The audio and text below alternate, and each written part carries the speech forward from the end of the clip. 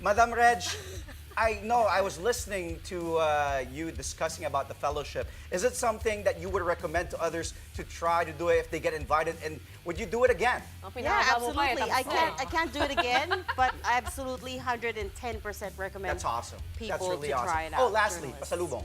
Oh yes, Tim Tams. We're gonna enjoy it right now while you guys go to air. But you know, just be prepared to lose Cheska because now we're gonna sell the fellowship to her. Bye. Nice. We'll Akala ko save you sa some. akin eh. That was just a joke. We'll Di ako save you some naka-respond Tim doon. Tams. Hindi, basta masaya siya, may pasalubong. Magulo siya Natakot kaya si Pawi eh. Oo nga, oo nga, oo nga, I see. oo nga. I see. But thank you. Balita ka na. Okay. Thank you and welcome back again, back. Madam Thank Reg. you. Thank you to Madam na naman Ate po. Greg and Tita Sean. We've got the latest scores from the NBA and the PBA on tonight's show, plus the next chapter in basketball star Mikey Williams' career. And we'll sit down with the EASL's Banjo Albano and Adam Zecca live in the studio as the league makes its final stop in Manila. Packed show today. I'm Andre Felix. And I'm Cheska Tuncalo. And here's tonight's play-by-play. Ramiro, the show by Mamoy leaves. Future move puts it on. Unbelievable. Gemma on the left side. Oh, the pass! Stuck in another one. Bakulas rejecting Estevo for the win.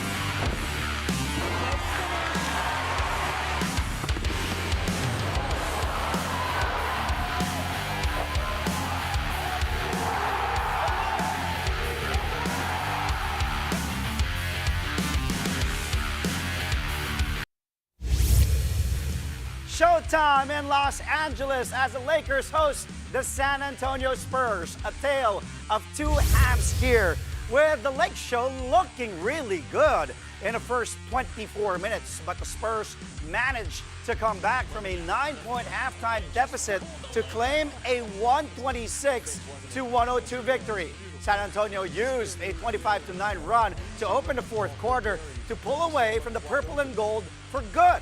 Victor Wembanyama, Devin Vassell, and Stephon Castle all shared team-high honors as they each dropped 23 points for the Spurs. The usual suspects stepped up for the Lakers, with Anthony Davis and LeBron James combining for 48 points in a losing effort. The Lakers may have been dealing with some rust here. Their last two games were postponed because of the tragic wildfires in LA, and the team hasn't played since Wednesday. Los Angeles now slides down to 7th in the West with 20 wins and 17 losses. San Antonio is 11th with 19 victories and as many defeats. At a post-game press conference, Wemby spoke about playing in LA after the devastating wildfires, as well as the Spurs' masterful second half against the Lakers. I don't know how other NBA teams feel outside of LA, of course, but here it was kind of crazy, you know. You can feel a lot of people are directly impacted by it, like a whole bunch of people. So it's sad, but we had to stay ready, and we were rested today, so we're ready for anything. You know, it might make the schedule very hard later on, but it's we'll be ready. Today was I think it was a very ethical game on our part. You know, my teammates just respected the game and did a lot of things that doesn't show up on the stat sheet, and everyone had their opportunity to shine and to make the next teammate better. So it was a very healthy game, I think. Meantime, the Houston Rockets repeat over the Memphis Grizzlies in their second meeting in 4 days. Just like their last clash, things went down the wire and the Rockets outplayed the Grizzlies in crunch time. Final score at Houston's Toyota Center, 120-118. Our kababayan, Jalen Green, was undoubtedly the star of the show. He dropped a whopping 42 points, tying his career high. Green also tallied 3 rebounds, 4 assists, and a steal. The high-flying guard also made a clutch hang-time layup that gave the Rockets the lead 116-115 with 34 seconds left on the clock. Amen Thompson and Fred Van Vliet then made crucial free throws to seal the victory for the Rockets. Ja Morant scored 29 markers for the Grizz, but missed 2 important foul shots with 6.6 seconds left. Houston stays at second place in the West with 26 wins and 12 losses, while Memphis falls behind by 2 games. After the match, Grizzlies head coach Taylor Jenkins broke down their tough battle, including the hot shooting night of Jalen Green. Jalen Green had a heck of a night. I thought we did a really good job on Şengün, Van Vliet. Thompson got his moments with the big passing. They had some great execution down the stretch. You know, we had a couple, tough possessions there, missed shot, turnover, but great battle. We improved on the turnovers, but it's like anytime you turn it over, they take off for sure. But got to tip your cap. Jalen Green had an answer for everything we threw at him, and, he scored at all 3 levels tonight. Yeah, and that was the read. I mean, obviously he got it going in the first half. We threw different things. We tried to take him out of actions, try to force him to play make, and he did a good job of that. And then he obviously scored at will, and obviously backed it up with knocking down threes. 5 for 6, but 11 for 11. So I mean, you got to tip your cap. Guy had a heck of a night tonight. 4 more games on tap for you from the NBA. Let's take a look at the scores. Scotty Barnes and the Toronto Raptors rallied to beat the Golden State Warriors 104-101. Cade Cunningham puts up 36 points in the Detroit Pistons 124-119 victory over the New York Knicks. Then the LA Clippers back on a big third quarter from the Beard, James Harden to score a 109-98 dub over the Miami Heat. And lastly, Ant-Man Anthony Edwards dropping 41 big points, including 20 in the fourth quarter, as the Minnesota Timberwolves beat the Washington Wizards 120-106. Speaking of Ant-Man, the overly expressive guard will have to pay another fine for making obscene gestures in a game. The NBA has asked Edwards to pay $50,000, or if you want to convert that, close to 3 million pesos, for flipping off a game official. The incident occurred in the third quarter of the T-Wolves' 127-125 loss to the Memphis Grizzlies last Sunday. This is the 5th time the NBA has fined Edwards this season.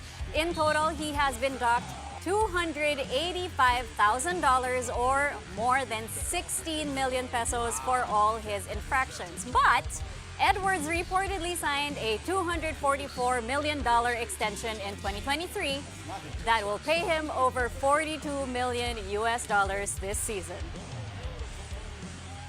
I doubt he'll feel that. With that, change that much in his contract. Now let's move on from the NBA to the PBA as the Meralco Bolts inch closer to a playoff spot in the Commissioner's Cup after slaying the league-leading Northport Batang Pier. Meralco never looked back from its strong start to claim a convincing 111-94 victory. The Bolts defense went to work here as the Batang Pier finished way below their average of 111 points per contest.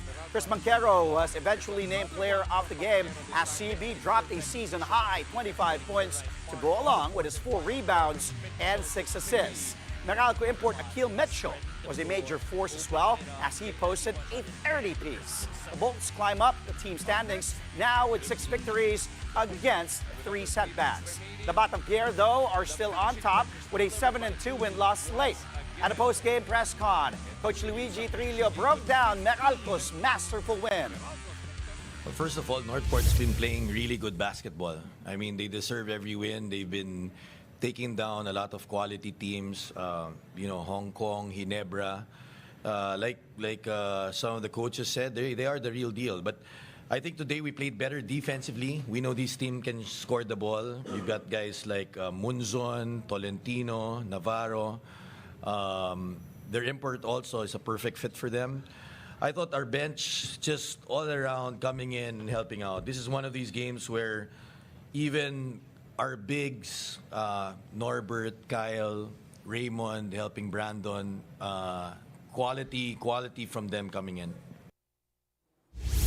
Meanwhile, the Converge Fiber Xers and Rain or Shine Elasto Painters are slugging it out in tonight's second PBA game. Rain or Shine waxed hot early and jumped to a 23-6 lead in the first quarter. The Elasto Painters were in the driver's seat for the entire opening period, finishing with a 30-17 advantage.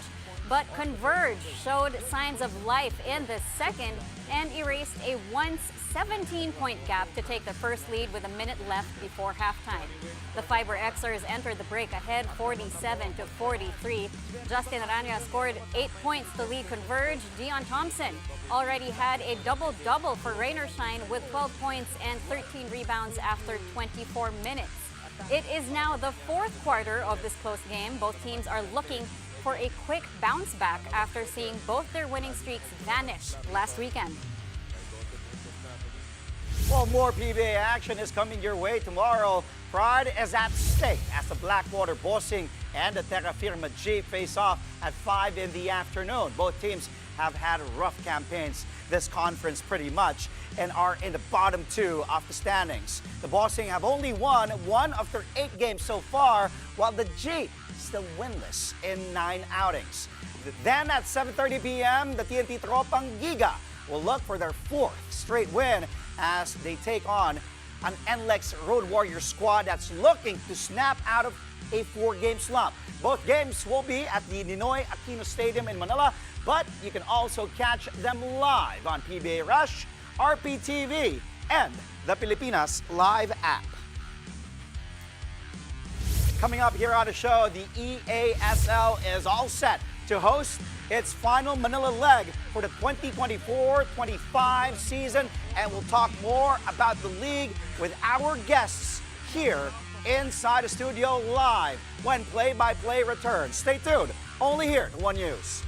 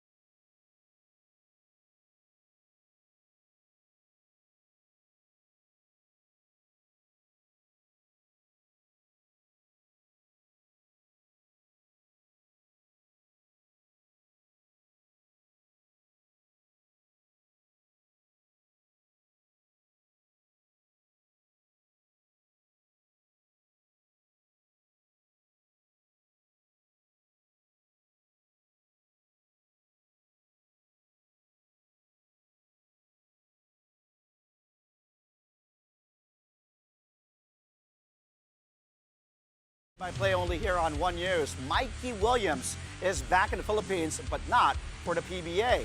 Williams joins the stacked lineup of strong group athletics that will compete in the Dubai International Basketball Championship. The 33-year-old guard arrived in the country earlier today and went straight to practice. Williams brings shooting and playmaking to a team that's looking to finally get over the hump and hopefully win a title. SGA settled for a runner-up finish in the Dubai tournament last year. Aside from the two-time PBA Finals MVP, Strong Group has also added former NBA guard Malachi Richardson and forward Terry Larrier. Both guys will have built solid international careers. The Dubai tourney will take place from January 24th until February 2nd. The EASL is back in the Philippines for the next 2 weeks as it hosts the final Manila leg for the season. First up, the San Miguel Beermen take on familiar foes Hong Kong Eastern in Group A tomorrow at the PhilSports Arena in Pasig City. SMB has yet to win a game in the EASL as they currently sit with an 0-4 record, but they're hoping to change that with Junmar Fajardo and CJ Perez leading the way. That match will tip off at 8:10 p.m. Then next Wednesday, it's the Meralco Bolts facing the top-seeded Ryukyu Golden Kings in Group B action. That match will also take place at 8:10 p.m. at the PhilSports Arena in Pasig. Meralco is currently in a logjam in the middle of Group B with a 2-2 record. The Bolts will look to secure a huge win against the Golden Kings to inch closer to a semifinal berth in the EASL. Well, Check, it has been a very successful season so far for the EASL. I also got to catch some few games where Eastern was playing. And, you know, it's just really nice when there are home and away games. It has that NBA feel of the league. And what else does it have in store moving forward? Let's find out. Joining us live in the studio are Banjo Albano, EASL Vice President of Business Development and Head of Philippines, as well as Adam Zeca, EASL Vice President and Head of Commercial and Broadcast Operations. Good evening, gentlemen. Good evening. Thank you for joining us. Thank you, Banch Billions. Adam Trillions. Thank you. No, I was trying to find you. I said, you should change your account. right. If he's Banch Billions, make it Adam why not? Trillions. Why Why not? not? Well, first of all, welcome to the show. Welcome to the studio live. And thanks to Cheska for inviting you guys and making it happen. And by the way, what she gave you, I have something to do with it. I'm just kidding. No, it's just a kidding. thank No, you no, for it's coming always on there. the show. But yeah, Thank you again. Banjo, we got to talk about how the league has Yeah. grown over the years. What's the reception been like here in the Philippines? It's been great. As you know, Filipinos love basketball, not only here in the Philippines, but all over the world. And with our tournament, taking the best of the best, not only in the Philippines, but around the region, we get the support, you know, in the arenas with a lot of the OFWs, a lot of the Filipinos that are living in different parts of Asia. And, you know, we're just going to continue to grow and hopefully just give the fans what they want. You satisfied so far? I think so. I think, much but you know, there's still a long way to go, and that's what's making the whole thing exciting. Yeah, but it's a great start, you know, like you getting traction from different fans nationwide in different parts of Asia. Adam, for you, how's the broadcast reach of the league evolved since its inception, particularly here in the Philippines? As Banch mentioned, this is a basketball crazy country. Right. Well, first of all, Jessica and Andre, thanks for having us. This company started years ago. And so for the first few years, we were doing 1 week long tournaments. So you can imagine we had probably a handful of games coming out of that. Now, nicely, the Signal family has been cooperative and supportive of us all the way through, even to today. So I'd say if you think about the first few years, we had 1 week long tournaments. We just started season long play last year from October to basically March 2023-24. Yeah. That expanded us across 6 months. So we had 28 games across multiple territories. And Signal nicely broadcast many of those games across all its platforms. Yes. Okay? And we had reach around the world, but we had a handful of loosely formed broadcast agreements, all right? This season, we have 34 games. We have much more broadcast reach, about 1.2 billion in potential reach across the world on 23 broadcast platforms. And Signal, again, is broadcasting most of those games across all of its platforms. In fact, all of the games are live on Pilipinas Live. Yes. Which is great. Yes. Well, So- Signal is the place to be, especially here. We carry almost all the leagues. You name it, NBA, Right. PBA, ESL. We love our You know, sports. yes, we just love the sport, our sports. So we'll point you hit it right in the head there with a nail, Adam. Like Signal just really opens and the reach, and the fans appreciate it because they get to see all these games. Yeah. Yes, but of course, like in terms of expanding the viewership and fan engagement, I mean, two very familiar teams for Filipino fans Right. alone, Right. SMB and Meralco, both championship-winning teams. But in terms of engaging the fans with all the other teams from all around, from all over, and then getting them to fully immerse themselves in the EASL experience. Yes, correct. So No, it's been great. Listen, it's the Champions League of, if you know football, this is the Champions League of basketball for Asia. Correct. You have the best of the best from different countries playing each other, prime time, in our backyard. How better could it be? That's awesome. Yeah. Adam, of course, last time the final was held here in the Philippines, it was in Cebu. Yes. And the Cebuano fans they were just ecstatic about it. Absolutely. And the stadium packed, a lot of basketball fans in Cebu. Is it going to happen again? Are you planning to hold another final here in the Philippines? Maybe in Cebu again? I don't know, or anywhere in the Philippines, maybe in the south, further south? Yeah, I mean, absolutely. The Philippines is always going to be on the map. Again, with the fan base that we have here, even with last year's success of the season, unfortunately, none of the Philippine teams made it to the Final Four, but we still sold out the arenas. So it's something that we've always consider, and very soon we'll know. But on that note, we got to talk about the qualified teams. Because are there also plans to expand the qualified teams later on in the season? Yeah, absolutely. I mean, we're looking at expanding up North Asia, down in South Asia, of course. Oh, wow. We, as Adam mentioned, we are the Champions League for basketball, so we want the best of the best competing, and not only for us, but it really helps their national program and their domestic leagues as well. So it's a lot of work for us, but it's been great with the cooperation with with our partnership with FIBA, our partnership with the leagues, especially the PBA as well. You get calls already from other interested teams? Yes. We do. Yeah, A for lot. sure. We do. If Cheska decides to fund the team, Whoa. I'll be the team manager or the coach. No, but Okay. I no, it's- thought you were leading into if Jessica decides to unretire from courtside reporting, would you get her Yeah, probably, not yeah. funding That- a team? Let's dial back a bit.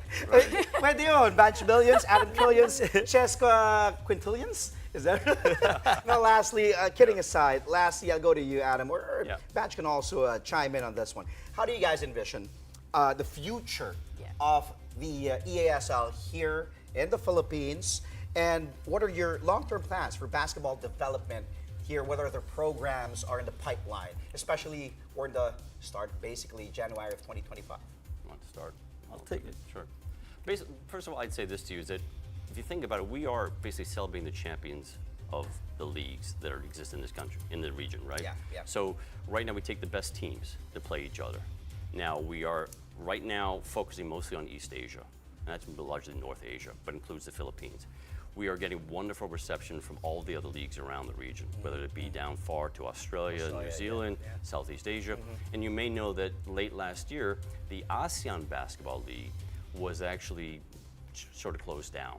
So Yes, there's a lot of leagues in Southeast Asia that are itching to find a way to improve their games on an international level.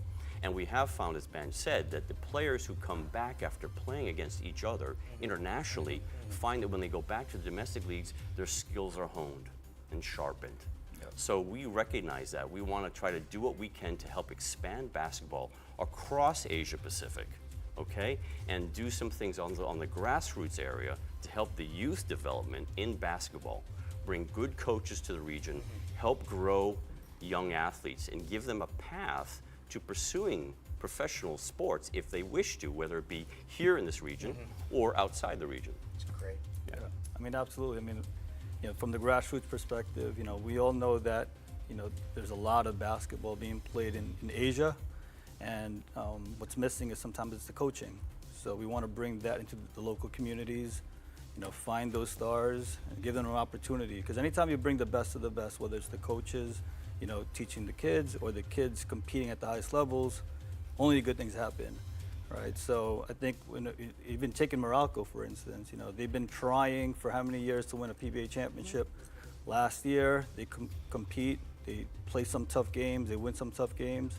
They come into the PBA season fortified, and basically, the edge that they had came from the ESL season. That's something that Coach Luigi is, he brought up. Yeah, so. I agree. I totally agree. If you talk to athletic consultant Coach Nedad and Coach Luigi, the confidence level check, once they come from the ESL and then they bring it to the PBA, it's evident. Yeah. But I wish we had more time. I do wish we had more time, but yes, to be the best, you have to play against the best. Correct. Thank you so much for your time. Thank you for joining us here on the show. That was Banjo Albano, EASL Vice President of Business Development and Head of Philippines, and of course, Adam Zeka, EASL Vice President and Head of Commercial Broadcast Operations. Thank you so much, gentlemen. Thank you once having again. us. And by the way, you can follow, that's why his name is Banjo Billions, on his social media accounts, and Adam Trillions as well. All right. Upcoming. After the break, we give you updates from the Australian Open as drama unfolds in day 3 of the tournament. Find out more when Play-by-Play returns.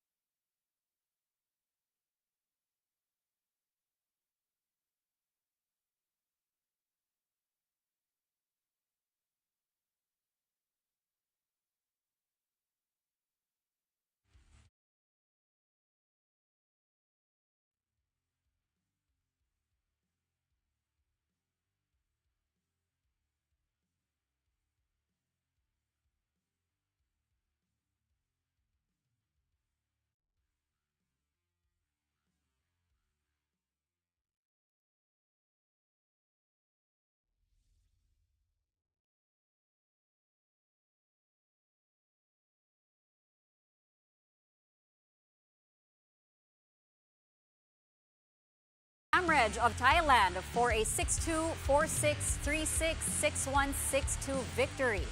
Emotions almost got the best of Medvedev. In the third set, he took 5 furious swings into the net with his racket after Samraj passed him with a winner. But the Russian tennis star regained his composure to take down his Thai foe. Medvedev will hope for a much better performance in the second round match as he faces another debutant, Lerner Tien.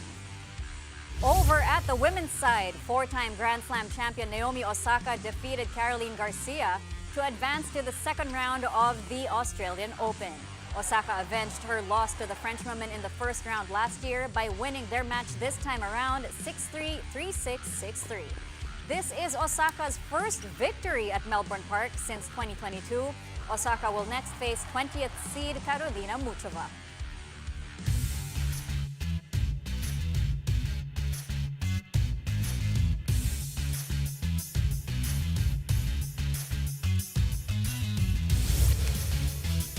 Let's go to the big wall right away. PBA, NBA feature in today's highlights. Let's start in the PBA. New. Let's go to Chris Newsom. Meralco against Northport. What a game. Banquero was player of the game. Good ball movement. And Newsom for the slam with the left, too. At the baseline. What a powerful jam that was from New. Good ball movement that led to Newsom with that lefty slam. He chipped in 15 points as Meralco slays the league leading Northport Batang Pierre 111-94. Roll the next play. We go to the NBA now. Pistons up 1 here, 48 seconds to go. What a game. Cade Cunningham, what a play. That's screened by Tim Hardaway Jr. Drives, extra pass, kick out. Beasley, 3. No, that's just the first one. No bang, bang, bang yet. Let's wait for the second play. So they're up here, 121-117. Brunson answers with a 2, 121-119. Less than 20 to go. Same play. Cunningham to Hardaway. Up. The help. Nobody home again on Beasley. Bang! Bang! Bang! 2 big threes from Malik Beasley and a shimmy too. That shake, shake, shake, shake, shake. 124-119. And Big Beef Stew even loving it as well. 6 seconds to go. What a game at MSG. Those were just 2 of Beasley's 6 threes as he scores 22 points. Pistons win 124-119. I know no more banter, but kailangan makita yung sayaw. Oh, hindi na siya sasayaw ko na lang. Ayan. There we go. Malik Beasley. After you check. Oh, finally may isa pang late pa pala ako. Sorry. Masyado na ako nagmamadali. Lakers. The dunk by Devin Vassell. At in LA. What a play here over Anthony Davis. Masyado ako na-excite nung kay Beasley. Devin Vassell disrespectful there. What a play again. And Beasley. And that's the last play. Devin Vassell, 126-102. Vassell had 23 points, 6 rebounds, 4 assists. Siguro sa pagtulog ko, puro Malik Beasley na makikita ko. Check. On to you now. Yun ba itsura ng shake-shake fries sa loob ng bag? Before we go, here's something to smile about for all you Lakers fans. The purple and gold have added another jersey to the rafters. The Lakers officially retired Michael Cooper's number 21 in a halftime ceremony during their game against the Spurs. This is the 14th number retired by the Lakers. Cooper played his entire 12-year NBA career with the Lakers.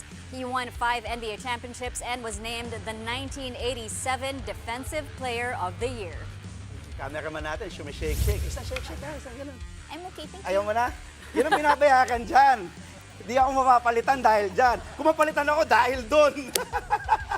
Kaya ako nandito. That's all from us tonight. Catch us again tomorrow at 9 p.m. for a play-by-play of the day's top sports stories. Play-by-play is on One News, that's Signal TV, Channel 8 on SD, and Channel 250 on HD. We're also available on Signal Play and Pilipinas Live. I'm Andre Felix. And I'm Cheska Litoncala. Thank you for watching. Good night.